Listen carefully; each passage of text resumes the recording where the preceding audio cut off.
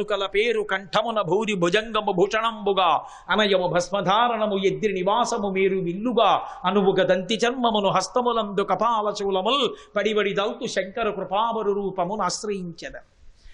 అటువంటి మహానుభావుడైనటువంటి పరమేశ్వరుడు ఈ కంటితో చూడడానికి వీలు లేని రూపంతో ఉంటాడు. ఆయన అగ్ని ముఖంబు పరాపరాత్మకమాత్మ కాలంబు గతి రత్నగర్భ పదము శ్వసనంబుని యూర్పు రసన జలేషుండు దిశలు కర్ణంబులు దివము నాభి సూర్యుండు కన్నులు శుక్లంబు శలిలంబు జఠరంబు జలదులు చెదలు శిరము సర్వౌషధులు రోమచయము శల్యంబు లద్రులు మానసమృతకరుండు ఛందములు ధాతువులు ధర్మసమితి హృదయము హాస్యపంచకముపనిషదాహ్వయంబు అయిన నీరూపు సతసత్వమై శివాఖ్యయై స్వయం జ్యోతియై ఒప్పు ఆద్యమగుచు. అటువంటి పరమేశ్వరుడు ఇలా చేత్తో ముట్టుకోవడానికి వీలైన వాడిగా, తనకన్నా పొట్టివాడిగా ఉంటే తాను వంగి ముట్టుకోవలసిన వాడిలా కనపడతాడు. అంతగా ఒదిగిపోయి మనకి దొరుకుతాడు. ఆయన్ని ముట్టుకోవడమే. అటువంటి పరమాత్మ అర్జునుడంతటి వాడు ఆయన రూపాన్ని చూపిస్తే హడిలిపోతాడని కోదండంబుల నిట్టులొండరు జటాకోటీరముల్ కుక్షి వక్షోదేశంబుల నంసభాగముల సక్రోధంబునన్ వేయుచున్ రోదోంతంబుల నట్టహాసముల నార్పుల్ పిక్కటిల్లంగా బాహాదర్పంబుల మల్ల సంగరము చెయ్యంజొచ్చిరి రుద్రార్జునులు అంటారు కిరాతార్జునీయంలో. అలా మహానుభావుడు ఒక కిరాతుడి వేషంలో వచ్చి అర్జునుడితో శరీరాన్ని రాపాడించినంత మాత్రం చేత ఆయన పాశుపతాస్త్రాన్ని పట్టుకోవడానికి కావలసిన అధికారాన్ని పొందాడు. అంత పెద్ద అనుగ్రహం. అర్జునుడు అలా శివశరీరంతో రాపాడాడు కాబట్టి పట్టుకున్నాడు పాశుపతాస్త్రాన్ని, లేకపోతే పట్టుకునే అధికారం లేదు. నారుద్రో రుద్రమర్చయేత్ మహన్యాసం చేసుకుని రుద్రుడైతే తప్ప అసలు ఆయన్ని ముట్టుకోవడం మాట దేవుడికి అసలు అభిషేకమే లేదు. అటువంటి వాడు, అటువంటి విశ్వనాథుడు కాశీపట్టణంలో చిన్న పిల్లలు, ఆడవాళ్ళు, మగవాళ్ళు అందరూ ఇలా వెళ్ళి ఇలా ముట్టుకుంటే, ఆయన ముట్టుకుంటే వాళ్ళకన్నా చిన్నవాళ్ళ చాలా కిందకుండి చల్లగా ఇలా చేతికి తగులుతూ ఉంటాడు. ఎవరు ఏది పోసేయనివ్వండి, పోసేయండి చాలు మీకు ఇచ్చేస్తాను వరాలంటాడంతే. అలా మీద పోయించుకుంటూ పరిశం పట్టదు, దగ్గు దగ్గడు. ఎన్ని సంవత్సరముల నుంచి, ఎన్ని యుగాల నుంచి అలా అభిషేకం పొందుతున్నాడు మహానుభావుడు. అంతటి కరుణామూర్తి, అటువంటి దయార్ద్ర హృదయుడు విశ్వనాథలింగం. కాబట్టి ఆ విశ్వనాథుడున్నాడే, ఆ మహానుభావుడున్నాడే, ఆయన దర్శనమే అన్నిటికన్నా గొప్పది. కాబట్టి కాశీపట్టణమునందు ఇవి వదులుకోకు. విశ్వనాథ దర్శనం అధికము అన్నాను కదా అని అక్కడికే వెళ్ళిపోవడం కాదు, ఇవి కూడా అనుభవించేయి. పప్పుతో తిన్నావు కొంత ఆకలి తీరింది, కూరతో తిన్నావు కొంత ఆకలి తీరింది, పులుసుతో తిన్నావు కొంత ఆకలి తీరింది, పెరుగుతో తిన్నావు ఆకలంతా తీరిపోయింది. అలాగని పెరుగన్నమే రోజు తినేయక్కర్లేదు, చక్కగా ఇవి తినచ్చు. కాశీ వచ్చావు, ఇవన్నీ కూడా అనుభవించు. ఇవన్నీ కూడా నీకు అపురూపమైనవు సుమా కాశికాపట్టణమునందు. కాశీ పట్టణంతో మొదలుపెట్టి ఇదిగో ఇవన్నీ నువ్వు అనుభవించవలసినవి అని పరోక్షంగా సంకేతించడం. అంత గొప్ప పట్టణం కాశికాపట్టణం. ఇటువంటి కాశికాపట్టణంలో ప్రత్యేకించి మణికర్ణికా హ్రదం, మణికర్ణికా తీర్థము అంటారు. తీర్థము అన్న మాటకి వేదం నిర్వచనం చేసింది. ఏది తీర్థము అని. అన్ని తీర్థములు కవు. తీర్థము అని దేన్ని పిలుస్తారంటే అంగిరసులు అని మహాపురుషులు వాళ్ళు ఉదకములు అంటారు. ప్రవహించేటటువంటి జలముల దగ్గర కూర్చుని వాళ్ళు యజ్ఞాలు చేశారు. చేసి వాళ్ళు స్వర్గలోకానికి వెళ్ళిపోతూ వాళ్ళు ఏం చేశారంటే వాళ్ళ దీక్షని యజ్ఞ దీక్ష అంటారు. ఆ దీక్షని వాళ్ళ తపశ్శక్తిని తీసుకెళ్ళి ఆ తీర్థము యందు ప్రవేశపెట్టారు. తీర్థములలో పెట్టి వాళ్ళు వెళ్ళిపోయారు స్వర్గలోకానికి.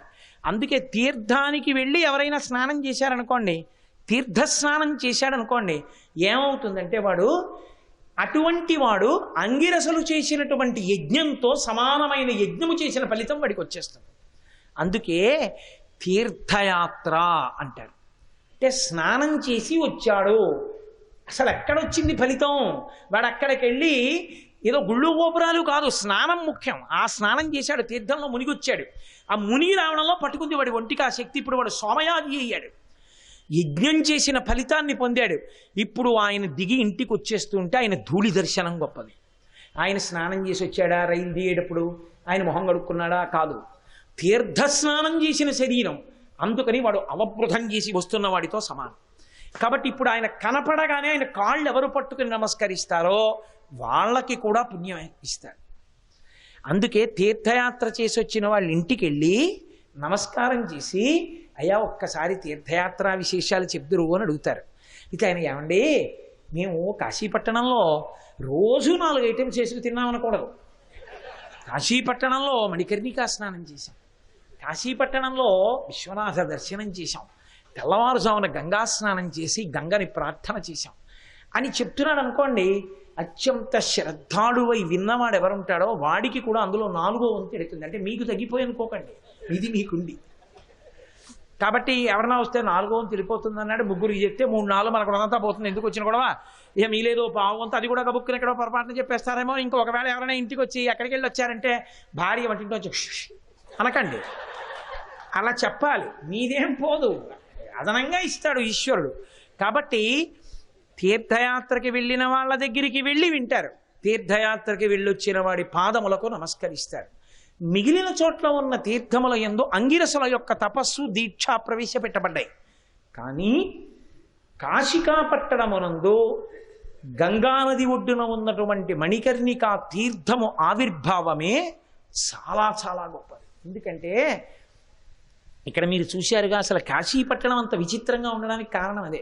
ఓ రిక్షా వెళ్ళదు, ఓ ఆటో వెళ్ళదు, ఓ కారు వెళ్ళదు. ఎందుకో తెలుసా అండి?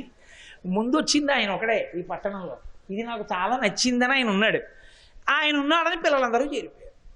మీరు చూడండి, లోకంలో తల్లిదండ్రుల కింద ప్రేమిస్తూ ఉంటారు. అప్పుడప్పుడు నాకు చిరాకు వస్తుంటుంది.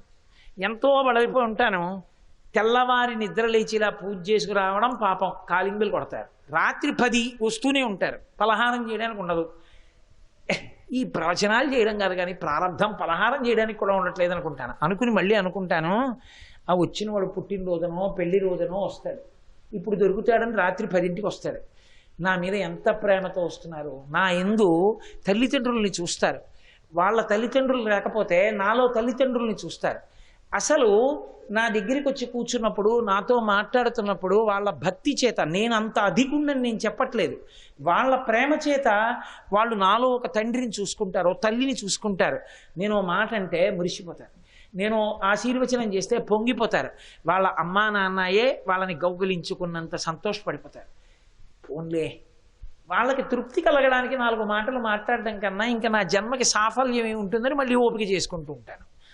అలా అంటే నాతో పోల్చుకున్నానని మీరు అనుకోకండి, నాకే అలా ఉంటే అని పోలుస్తున్నాను. పరమశివుడు పార్వతీదేవి ఎక్కడుంటే అక్కడ చేరరండి. వాళ్ళకి ఇష్టమైన పట్టణం అంటే మరి పిల్లలందరూ రారు, అందులో అందరూ వచ్చేసారు ఇక్కడికి. ఓహో పెరిగిపోయింది. ఎంత పెరిగిపోయిందంటే గట్టిగా ఓ ఆటో వెళ్ళడానికి కూడా వీల్లేని వీధులు పెరిగిపోయింది, అంత జనం వచ్చేసారు. పోన్లేరా సందులింత పెరిగిపోయాయని ఎవడు రాడేమో నడవలేమని చెప్పి రావడం మానేస్తారేమో. పలకలు, అందులోనే పెద్ద పనున్నట్టు ఆవులు దూడలు. మరి పరమశివుడు ఎక్కడుంటే అక్కడ వేదాలు తిరుగుతుంటాయి, ఉపనిషత్తులు, పరదేవతా స్వరూపాలు, వృషభాలు, ధేనువులు వెళ్ళిపోతూ, మేము శుద్ధి చెయ్యొద్దు, మీరంటే గంగ ఎక్కడి నుంచో తేవాలి, మేమే ఉంది తినేసి వదిలేస్తే చాలు శుద్ధి అయిపోతుంది గోమయంతో అని పేడలు, అక్కడి నుంచి కాళ్ళు జారిపోతూ ఉండడాలు, పలకలు, ఎత్తులు, పల్లాలు, అక్కడే కొట్లు, టీలు, కాఫీలు, పెరుగులు, మారేడు దళాలు, పువ్వులు, జిల్లేడు పూలు, ఉమ్మెత్త పూలు, ఉమ్మెత్తకాయలు, తెలుగులో అమ్మడాలు, హిందీలో అమ్మడాలు, అన్ని రకాల భాషల్లో అమ్మడాలు. ఎంత అల్లరి! ఇంత అల్లరి వచ్చినా పార్వతి అమ్మో ఏం పెడతాను లేదు అన్నవాడు కనపట్టలేదు. రోజు రోజుకి పెరిగిపోతున్నారు. ఎంత పెరిగిపోతున్నారంటే అన్ని పనులు అయిపోయాయి కదా, ఇక్కడ చచ్చిపోదామని వచ్చేస్తున్నారు. దాంతో సందులు కలిసిపోయి ఇలా మేడలు అయిపోతున్నాయి. కొన్నాళ్ళకి ఇంకా ఏదో వింజుడడ్డు వచ్చేసినట్టు సూర్యకిరణాలు పడతాయో కూడా లేదో తెలియదు.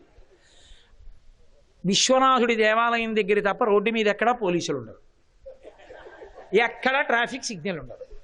తప్పించుకుపోతుండడమే. అలా వలా తలా రాయి పలకలో అలలుంటవి తలలుంటవి ముందు బతుకులో, తలతోటి వాటిని నువ్వు తప్పుకోవాలి అన్నాడు ఎవరో మహానుభావుడు.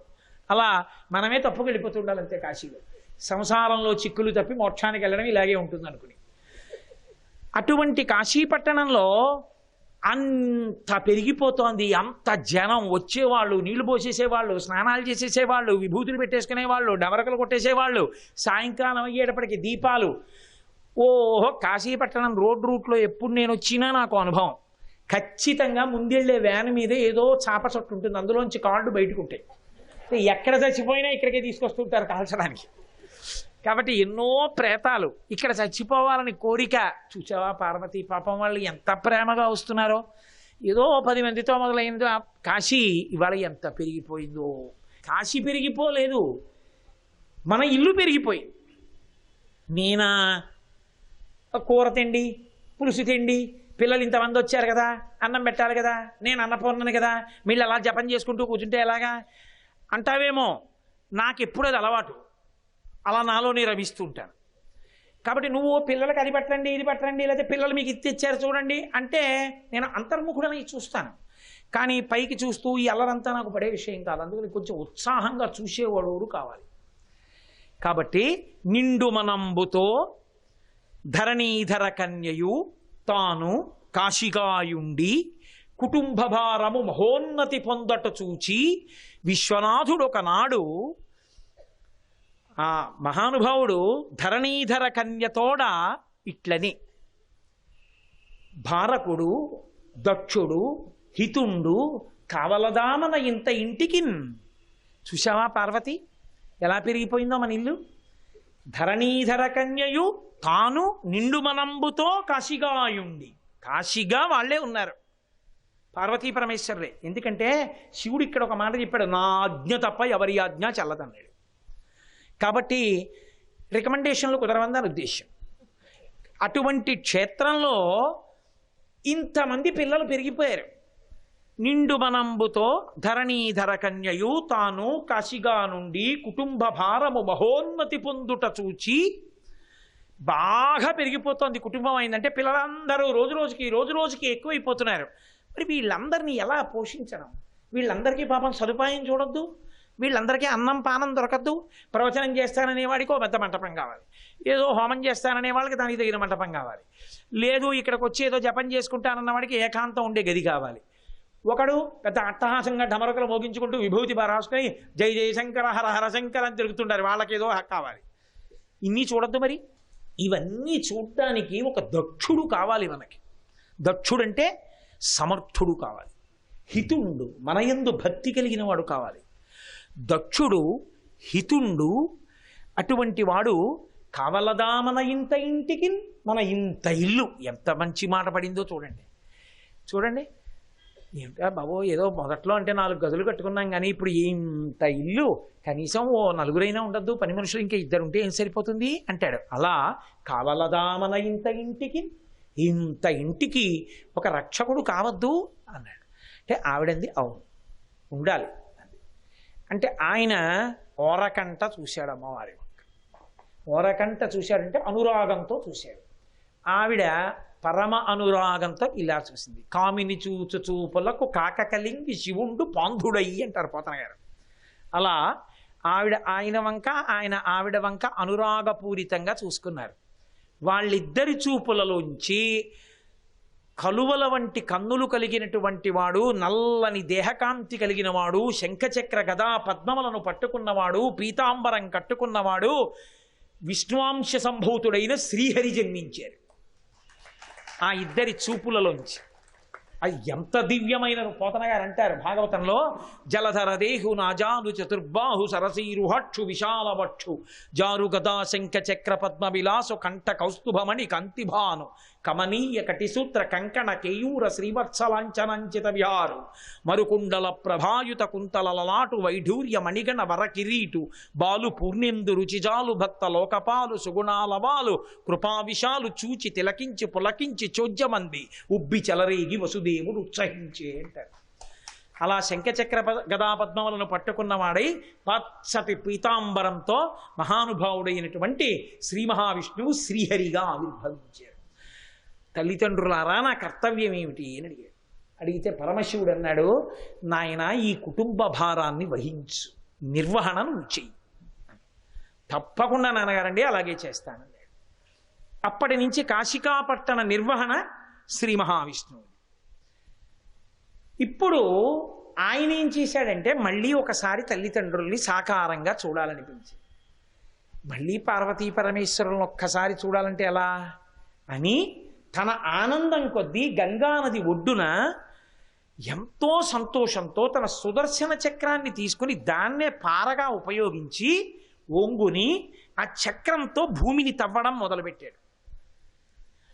చక్రమున తవ్వి ఒక్క పుష్కరిణి చేసి ఖనన వేళా ప్రయాస సంజనితమైన ఆ చెమట ధారల చేత తత్పుష్కరిణి నిండి ఆయన ఆ చక్రంతో తవ్వుతున్నాడు. పార్లా పట్టుకున్న సుదర్శన చక్రంతో పెద్ద హ్రదాన్ని ఒకదాన్ని తవ్వాడు. తవ్వితే ఖనన వేళ ప్రయాస సంజనితమైన ఘర్మ జలము చేత కైటభారి పూరించే తజ్జలంబు కైటభారి పూరించే ఆ పల్వలములందు ఆ కాశీపట్టణంలో గంగ ఒడ్డున ఆ హ్రదాన్నంతటినీ తవ్వుతుంటే చెమట పట్టి శ్రీ మహావిష్ణువు యొక్క శరీరంలోంచి పడినటువంటి చెమట బిందువులు ధారలై ఆయన యొక్క చెమట ధారల చేత ఒక సరోవరం ఏర్పడింది. ఇప్పుడు ఆయన చూసి అనుకున్నాడు, కష్టపడి తవ్వాను సుదర్శన చక్రంతో, నా ఒంటి చెమటతో నిండిపోయింది ఈ సరోవరం. నాకు ఆయన దర్శనం కావాలి పరమశివుడిది, నా తల్లిదండ్రులు కదూ. అందుకే అమ్మవారిని శ్రీ మహావిష్ణువుకి తల్లిగా చెప్తారు. నకధీ ఆ తల్లి కరాంగుళిన కోత్పన్న నారాయణ దశాకృతి, ఇలా అంటే దశావతారాలు వచ్చాయి, అందుకని ఆవిడ తల్లి. అందుకే పోతన గారు ప్రారంభ శ్లోకం చేస్తూ శ్రీకైవల్య పదంబు చేరుటకునై చింతించతన్ లోకరక్షైకారంభకు భక్తపాలన కళా సౌరంభకున్ దానవోద్రేక స్తంభకు కేళిలోల విలస దృగ్జాల సంభూత నానా కంజాత భవండ కుంభకు మహానందాంగన డింబకున్ అంటారు. మహానందాంగన అన్నమాట మహానందమయీ ఖడ్గమాల. మహానందమయీ అయిన అమ్మవారి యొక్క బిడ్డన్ని నేను స్తోత్రం చేస్తున్నాను కృష్ణ భగవాను. కాబట్టి కరాంగుళి నఖోత్పన్న నారాయణ దశాకృతి, అమ్మవారి బిడ్డడు. ఆయనకి చూడాలని ఉండదు తల్లిదండ్రుల్ని, కాబట్టి మా అమ్మని నాన్నని ఇంకొక్కసారి చూడాలి. 1008 సంవత్సరములు తపస్సు చేశాడు. 1008 సంవత్సరములు తపస్సు చేస్తే పార్వతీ పరమేశ్వరులు ప్రత్యక్షమయ్యారు. ప్రత్యక్షమై ఒక్కసారి చూశాడు ఆయన హ్రదం వంక. చూసి, అబ్బా ఎంత కష్టపడి తవ్వావో ఈ పుష్కరిణి నా కోసం, ఎంత భక్తితో తవ్వావు, ఈ కాశీక్షేత్రంలో నీ పేరు మీద ఒక తీర్థం ఉండాలని, ఒక హ్రదం ఉండాలని తవ్వావా అని ఫణిభూషణుండు వాపి ప్రణుతి స్తోత్ర పరంపరలను అనరింపన్ త్రినేత్రుని దక్షిణశ్రుతి మణికర్ణిక జారి మిట్టి సరసి మధ్యమున పడేను. పరమేశ్వరుడు ఆ ఒడ్డున నిలబడి, ఇదిగోనండి ఇలా ఇక్కడ తవ్వాను, అక్కడ తవ్వాను, ఇంత లోతు తవ్వాను, నా చెమట అంతా ఇందులో పడింది అని చెప్తూ ఉంటే ఫణిభూషణుండు వాపి ప్రణుతి శ్లాఘాపరంపరలను నరింపన్. పరమశివుడు అక్కడ నిలబడి ఒడ్డున, అబ్బా ఇలా తవ్వావా, ఇంత కష్టపడ్డావో అని సంతోషపడిపోతూ ఆయన భుజం మీద చెయ్యేసి ఇలా ఇలా అంటుంటే త్రినేత్రుని దక్షిణశ్రుతి మణికర్ణిక అన్ని మాటలు తల ఊపి ఆ తీర్థాన్ని పొగుడుతుంటే ఆ హ్రదాన్ని పరమశివుని యొక్క కుడి చెవికి పెట్టుకున్నటువంటి కర్ణాభరణం జారి అందులో పడిపోయింది. దక్షిణశ్రుతి మణికర్ణిక మిట్టి సరసి మధ్యమున పడేన్. పరమేశ్వరుని యొక్క కుడి చెవి యొక్క మణికర్ణిక మణులతో కూడిన కర్ణాభరణము ఆ హ్రదంలో పడితే ఒంటి చెవి ఆ ఆభరణంతో ఆయన నిలబడ్డాడు పరమేశ్వరుడు. ఇంత పొగిడి ఆయన వంక చూసి అన్నాడు, శ్రీహరి వంక, ఏం కావాలో ఇంత కష్టపడి తవ్వావు అన్నాడు. ఆయన అన్నాడు, బ్రహ్మాండం మొత్తం మీద ఈ తీర్థం కన్నా గొప్ప తీర్థం ఇంకొకటి ఉండకుండుగాక, ఇదే గొప్ప తీర్థం అగుగాక. ఆయన అన్నాడు, ఇచ్చాను వరం. మణికర్ణికా తీర్థమని పిలవబడుతుంది, ఎందుకంటే నా దక్షిణశ్రుతి మణికర్ణిక ఇందులో పడిపోయింది కాబట్టి ఈ మణికర్ణికా తీర్థము అని పిలుస్తారు దీన్ని.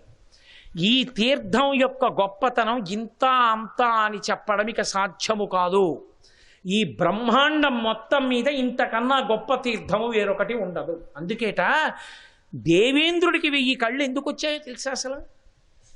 శంకరాచార్యులు వారు అన్నారు, అందరూ అహల్య పట్ల అపచారం చేశాడు, ఏదో గౌతముడు శపించాడు 1000 కళ్ళు వచ్చాయంటారు. కాదు, దేవతలు కనురెప్ప వెయ్యకపోవడానికి ఇంద్రుడికి 1000 కళ్ళు రావడానికి కారణం ఏమిటో తెలుసా అండి? ఇంద్రుడు 33 కోట్ల మంది దేవతలు వచ్చి మణికర్ణిక ఒడ్డున నించుని చూస్తూ ఉంటారట. పురే ఇందులో స్నానం చేసిన వాడు శివుడై కైలాసానికి ఎడతాడా?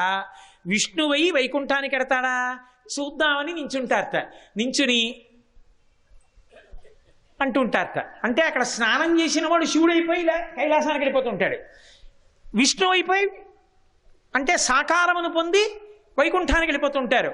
ఎప్పుడు ఇలా చూడటంలో అబ్బబ్బబ్బా ఏమి తీర్థం రా, ఎవడు స్నానం చేస్తే వాడు శివుడు అయిపోతున్నాడు, విష్ణువు అయిపోతున్నాడు, ఇక్కడ ఎంత గొప్ప తీర్థం అని చెప్పి పందాలు కట్టుకుంటారు. ఇదిగో వరుస క్రమంలో వెళ్తున్నాడే 17వ వాడు, వీడు విష్ణువు అవుతాడా శివుడు అవుతాడా అంటే పక్కనున్న వరుణుడు శివుడు అవుతాడు. విభూతి పుండ్రాలు పెట్టుకున్నాడు కదా అంటే ఇంద్రుడు అంటే నీ మొహం విభూతి పుండ్రాలు పెట్టుకుంటే శివభక్తుడని కాదు, శంకరాచార్యులు వారు పెట్టుకున్నారు. ఆయనకన్నా విష్ణు భక్తుడు ఎవరు ఉన్నాడు లోకంలో? ప్రారంభమే కనకధారా స్తోత్రం ఇచ్చింది విష్ణు సహస్రనామ స్తోత్ర భాష్య, అంతటి మహానుభావుడు. కాబట్టి విభూతి పెట్టుకుంటే శివభక్తుడు అనే అర్థం. ఆయనే చూస్తుంటే వైకుంఠానికి కడతాడని పందెం కట్టుకుంటారట. ఇప్పుడు ఇలా పందాలు కట్టుకుని ఎవడు ఏమైపోతాడో అని ఆ 17వ వాడు ములుగుతున్నప్పుడు అలా కళ్ళార్పకుండా చూడటం అలవాటైపోయి దేవతలకి కలరెప్ప వేయడం పోయింది. ఇంద్రుడు పందాలు కట్టి ఇంతమందితోనూ పందాలు కట్టి 35వ వాడిని, 23వ వాడిని, 47వ వాడిని, 74వ వాడిని చూస్తుండడంలో ఇన్ని కళ్ళు పెట్టుకు చూడడంలో 1000 కళ్ళు వచ్చాయి. చూస్తూ ఉండడంలో ఎప్పుడు అక్కడ నించున్న దేవతల తలలో అని తిరుగుతాయిట. అరే వీడు ఇటు పోయాడు రా, వీడు కైలాసానికి పోయాడు, ఇటు వైకుంఠానికి పోయాడు. అంత గొప్పదైంది మణికర్ణికా తీర్థం. అందుకే కాశీపట్టణానికి వచ్చి మణికర్ణికా తీర్థ స్నానం చెయ్యడం అంటే అంత తేలిక విషయం ఏం కాదు. అంత గొప్ప తీర్థ స్నానం కింద లెక్కలోకి తీసుకుంటారు దాన్ని. శివకేశవుల మధ్య ఉండేటటువంటి అన్యోన్యతకు మణికర్ణికా తీర్థము పరాకాష్ఠ. తిక్కన గారు మహాభారతం చేస్తూ ఒక మాట అంటారు, కరుణారసము పొంగి దొరపెడు చట్పున శశిరేఖ అమృతంబు జాలువార హరినీల పత్రిక సురభిచందనమున్న గతినాభిధబళ పంకజము మెరయ గురి అయిన చలమున మెరసిన లోక రక్షణమనంగగళమున ఛాయదోప ప్రథమాద్రినీతించు భానుబింబమునాన బురమునస్తుభరత్నమొప్ప సురనదియును కాళిందియును బెరసినట్టి కాంతి పూరంబు చోబిల్లు శాంతమూర్తి నా మనము ఆనందమగ్నముగా చేసి ఎలమి సన్నిధి చేసే సర్వేశ్వరుండు అన్నారు తిక్కన గారు. ఆయనకి దర్శనమైంది హరిహర దర్శనం. అందులో మహానుభావుడు కంఠమేమో నీలంగా, గుండెల్లోనేమో కౌస్తుభమణి. ఇక్కడ నీలకంఠం శివుడు, ఇక్కడ కౌస్తుభమణి శ్రీ మహావిష్ణువు. బొడ్డులోంచేమో తామర పువ్వు, అందులో ఆడుకుంటున్నటువంటి బ్రహ్మగారు, కాబట్టి శ్రీ మహావిష్ణువు. ఇక్కడేమో కరుణారసము పొంగి దొరపెడు తత్పున శశిరేఖ అమృతంబు జాలువార, ఇక్కడేమో నెలవంక చంద్రవంక పెట్టుకుని అందులోంచి అమృతం పడుతూ శివుడా విష్ణువా సురనదియును కాళిందియును బెరసినట్టి కాంతి పూరమ్ము శోభిల్లు శాంతమూర్తి నా మనము ఆనందమగ్నముగా చేసి ఎలమి సన్నిధి చేసే సర్వేశ్వరుడు. గంగా యమున కలిసి వస్తే తెల్లగా నల్లగా ఎలా ఉంటుందో అలా శివకేశవులిద్దరూ కలిసి హరిహర స్వరూపంగా నా ముందుకు వచ్చారన్నారు తిక్కన గారు. అసలు జీవితంలో ఉపాసన యందు శివకేశవ భేదం పాటించకూడదు. ఎన్నడూ కూడా శివుణ్ణి పొగిడి విష్ణువుని ద్వేషించడం, విష్ణువుని పొగిడి శివుణ్ణి ద్వేషించడం పతనం అవ్వడానికి మొదటి కారణం. అసలు యథార్థంగా మాట్లాడాలంటే శివకేశవులే పార్వతీ పరమేశ్వరుడు. అందుకే పార్వతీ అలంకార ప్రియత్వం, విష్ణువు అలంకార ప్రియత్వం. ఆమె యొక్క ప్రతిజ్ఞ యదా యదా హి సాధూనాం దుఃఖం భవతి ధారవా తదా తేషాంచ రక్షార్థం దేహం సంధారయామ్యహం. ఎప్పుడెప్పుడు సాధు పురుషుల్ని బాధ పెడతారో, ఎప్పుడెప్పుడు అధర్మము పెళ్ళుబుకుతుందో అప్పుడెప్పుడు నేను అవతార స్వీకారం చేస్తానంటుంది అమ్మవారు. పరిత్రాణాయ సాధూనాం వినాశాయ చ దుష్కృతాం ధర్మ సంస్థాపనార్థాయ సంభవామి యుగే యుగే అంటాడు విష్ణు పరమాత్మ. అందుకే ఇద్దరూ ఒకటే. స్త్రీగా ఉంటే అమ్మవారు, పురుషుడుగా ఉంటే విష్ణువు. అందుకే ఆయన నల్లన అమ్మవారు నల్లన, నారాయణ నారాయణి ఇద్దరు అన్నా చెల్లెళ్ళై ఉంటారు. కారణం అది. అటువంటి విష్ణువుకి శివుడికి మధ్య భేదమును ఎన్నడూ పాటించను అనడానికి మణికర్ణికా హ్రదం గుర్తు. వాళ్ళిద్దరూ ఎంత అన్యోన్యమో చూడండి. తండ్రి కొడుకులై నిలబడతారు ఈ క్షేత్రంలో. అంత గొప్ప మణికర్ణికా హ్రదం. అందుకే మణికర్ణికా తీర్థ స్నాన వైభవాన్ని చెప్పవలసి వస్తే శంకర భగవత్పాదులు అన్నారు, బహుశः శంకరులు ఇలా చెప్పింది ఇంకెక్కడా లేదు. ఎందుకో తెలుసా అండి, శంకరులు ఎప్పుడైనా దీనికి ఫలితం నేను చెప్పలేను అన్నది ఉందనుకోండి, ఆయన నోటితో ఆ మాట అనరు. దీనికి ఫలితం చెప్పడం కష్టం అనరు.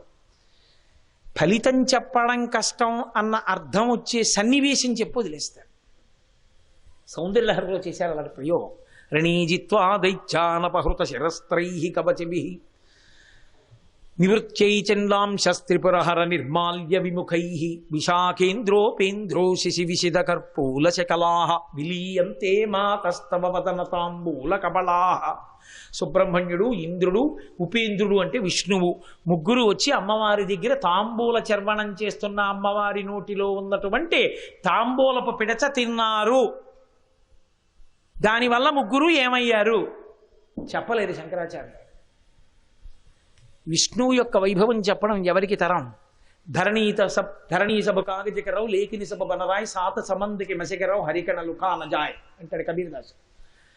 ఈ ధరణీ సభ కాగజకరావు ఈ భూమినంతటినీ కాగితం చేసుకుని, సముద్రాలన్నింటినీ సిరా చేసుకుని, అరణ్యాలన్నింటినీ తీసుకొచ్చి కలంగా చేసుకుని, ఈ సప్త సముద్రాల్లో ఉన్నవి సిరాగా పోసుకుని, ఈ కాగితంతో ఈ భూమి అన్న కాగితం మీద విష్ణుగుణములను రాయడం మొదలు పెడితే నాకు సరిపోలేదు అన్నారు.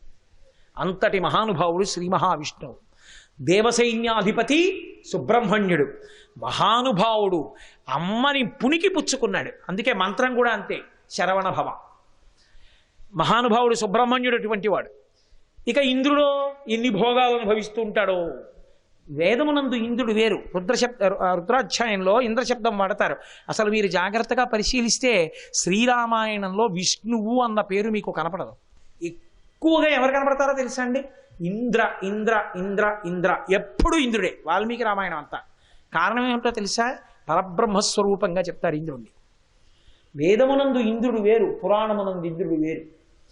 అటువంటి ఇంద్రుడు, సుబ్రహ్మణ్యుడు, విష్ణువు ఎంత గొప్ప వాళ్ళయ్యారో చెప్పలేను.